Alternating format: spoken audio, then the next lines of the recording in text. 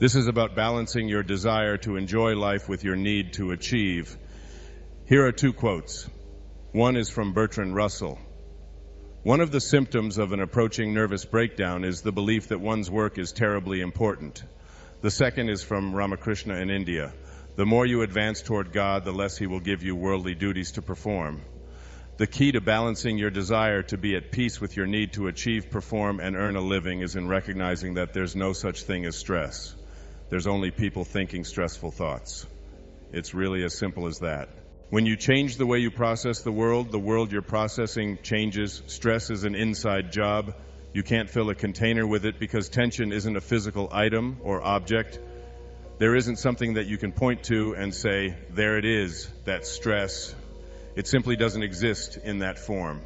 Yet 112 million people in America take medication for stress-related symptoms, which include fatigue, heart palpitations, indigestion, diarrhea, constipation, nervousness, excessive eating, rashes, nail biting, loss of appetite, insomnia, anxiety, irritability, panic, moodiness, memory lapses, the inability to concentrate, ulcers, obsessive compulsive behavior, feeling upset, and on goes an almost inexhaustible list. They're all caused by something that doesn't exist in the physical world. Being out of balance on this stress measure results in being one of the millions of people requiring medication to manage the symptoms listed above. It means that you often feel exasperated because you never really enjoy the life you work so hard to achieve. You may frequently feel as if you're spending your life running on an endless treadmill. All of the pressure of working and striving may have many worldly rewards. Yet at the same time, there's a feeling of going absolutely nowhere. If this sounds familiar, it's a signal to begin reconsidering ways of processing thoughts about your life and work, and start pursuing freedom from the symptoms of stress by becoming more balanced. Getting into balance isn't necessarily about changing your behavior. Certainly you can pursue stress-reducing activities such as meditation, exercise, walks along a beach, or whatever might work for you. But if you continue to align yourself with achieving more, defeating the other guy, winning at all costs, and going faster because you believe that's how to keep up, then you're guaranteed to attract the vibrational equivalent of this thinking into your life. Even if you do yoga and stand on your head chanting mantras every day, reduction is about realignment. You become what you think about all day long. You also become how you think all day long. To measure the weight of your thoughts, you need to think in terms of vibration and energy. Let's suppose that you have a high-frequency desire to be a person who has no symptoms of stress. Let's assign this thought a 10 on a scale of 1 to 10, with the lowest energy thought of 1 representing a nervous breakdown and a 10 representing enlightened, peaceful mastery.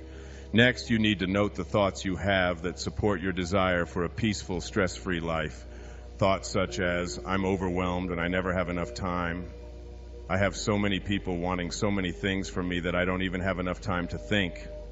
I have so much more on my plate than I can handle, and I feel pressured by my need to make money to pay my bills, aren't balanced and peaceful.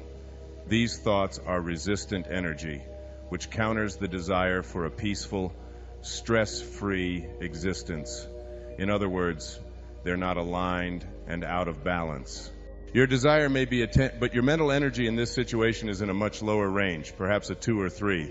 Simply changing your behavior isn't going to get you back into balance. You're still attracting symptoms of stress when you say no to people and their demands, but vibrate to a frequency that's thinking, I really should be doing what they ask of me.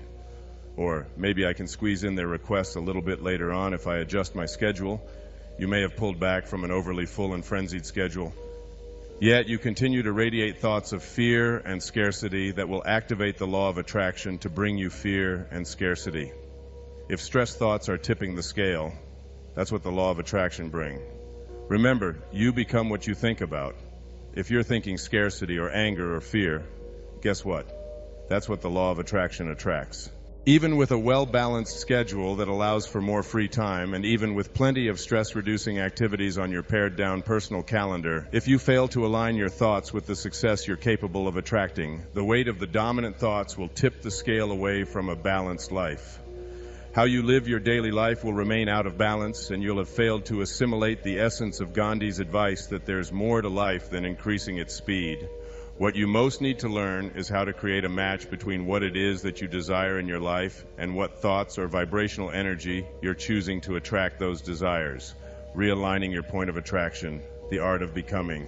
Here's one of my favorite quotes from my teacher in India, Nisargadatta Maharaja. There is nothing to do, just be. Do nothing, be. No climbing mountains and sitting in caves. I do not even say be yourself, since you do not know yourself. Just be. This idea may contradict everything you've been taught and how you've lived so far, but let it sink in anyway.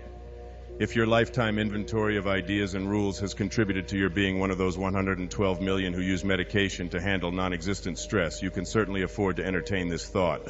As you begin practicing the principles to realign with a vibration that matches your desire for a tranquil, peaceful life, you'll become more conscious of your thoughts. These thoughts of yours literally determine who you are. The fact that you're listening to these words suggests that you're interested in becoming more conscious of your thoughts. Being and becoming are used synonymously here. In order to restore a sense of balance between your desire for tranquility and your desire to meet the requirements of your life, you must practice becoming and being the vibration that you desire. Being peace. Peace isn't something that you ultimately receive when you slow down the pace of your life. Peace is what you're capable of being and bringing to every encounter and event in the waking moments of your life. Most of us are waging a non-stop internal mental skirmish with everyone we encounter. Being peaceful is an inner attitude that you can enjoy when you've learned to silence your incessant inner dialogue. Being peaceful isn't dependent on what your surroundings look like.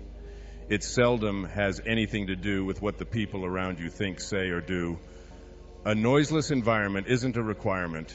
St. Francis's famous prayer states it better than I can. Make me an instrument of thy peace. In other words, St. Francis wasn't asking God to provide him with peace. He was asking for guidance to be more like the peace he trusted was his source. Being peace is different from looking for peace, when this principle isn't about merely choosing tranquil thoughts when you're feeling afraid and anxious. I suggest picturing a container deep within yourself out of which all of your thoughts flow.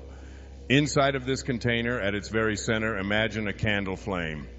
You need to make a commitment that this flame in the center of the container holding all of your thoughts will never, ever even flicker, though the very worst may go before you.